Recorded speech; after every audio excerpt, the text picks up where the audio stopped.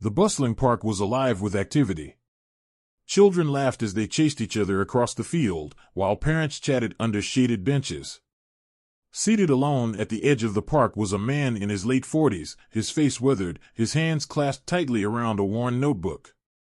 His name was Alan Rivers.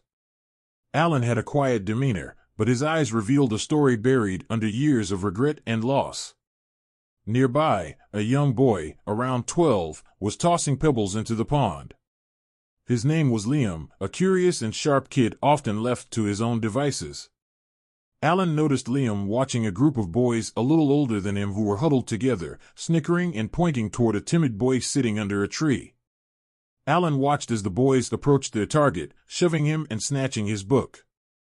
Liam's hesitation was clear, and Alan recognized it, the internal battle between intervening and staying out of trouble.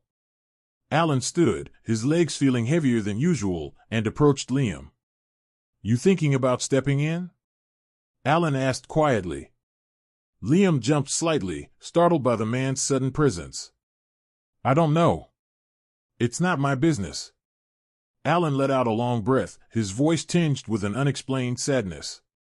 "I used to think that too. But let me tell you a story." Liam glanced at Alan, unsure if he should walk away or stay. The man's tone, however, drew him in. Reluctantly, he nodded and sat down beside Alan. "I knew someone once," Alan began. "A lot like you, smart, observant, had a good heart. But he didn't act when he should have. And that single decision haunted him for the rest of his life."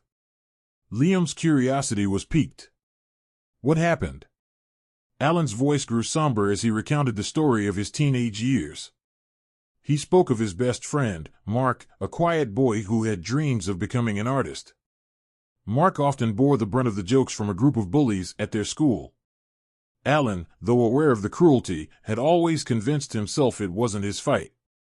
One day, Alan continued, those bullies pushed too far. Mark came to school with a painting he was proud of.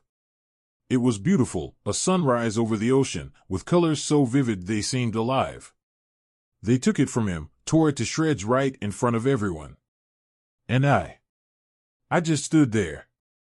Liam frowned, his young mind trying to understand. "Why didn't you stop them?" Alan's voice cracked. "I was scared, Liam. Scared of becoming their next target. So I stayed quiet, thinking it wasn't my problem. But later that day, Mark didn't come back to school. Or the next day. Or the day after that." Liam's eyes widened. "What happened to him?" Alan's gaze dropped to the ground.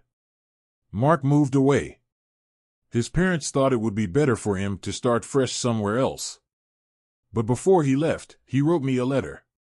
He told me he saw me standing there, saw me doing nothing. And that hurt him more than what those bullies did." Alan pulled the worn notebook closer to his chest. "I've carried that guilt ever since. And every time I see someone like you, faced with the choice I once had, I feel compelled to share what I've learned." Liam looked over at the boys who were still taunting the timid kid. He stood abruptly. "I can't just watch." Alan smiled faintly. "That's the spirit." Liam walked over to the group, his heart pounding. "Leave him alone," he shouted, his voice louder than he expected. The bullies turned to him, sneering, but Liam stood his ground. Alan watched from the bench, his chest tightening with pride. One of the bullies threw an insult at Liam before walking away, dragging the others with him. The timid boy looked up, his eyes wide with gratitude. Liam returned to Alan, his confidence bolstered. "I think I did the right thing." "You did more than that," Alan said. "You made a difference." Months passed, and Liam frequently visited the park to talk with Alan. The two developed an unlikely friendship. Liam learned that Alan had spent years trying to atone for his past by volunteering and mentoring troubled youth. He carried Mark's letter as a reminder of what happens when good people choose an action. One day, Liam found Alan sitting on their usual bench, but this time, Alan handed him the worn notebook. "Take this," he said. "It's my story, and Mark's. Maybe you can share it with others one day." Liam nodded, understanding the significance. Do you think Mark forgave you? Liam asked softly. Alan gazed at the horizon, a peaceful expression on his face. I think Mark would want me to forgive myself. And I finally have. They sat in companionable silence, the weight of the past replaced with a hopeful future. Liam opened the notebook Alan had given him, reading through its pages. He promised himself to share Alan and Mark's story with the world, ensuring the lessons they carried would inspire generations to come. As they left the park, Alan turned to Liam one last time. Thank you, Liam. For listening. For acting. And for showing me that it's never too late to make a difference. Liam smiled, his eyes brimming with gratitude. No, Alan. Thank you for everything. Together, they walked into the night, two unlikely friends bound by a shared mission to turn regret into action, inaction into courage, and pain into hope. And as they disappeared down the path, the seeds of their story continued to grow in the hearts of those who heard it, proving that even the smallest act of kindness can change the world.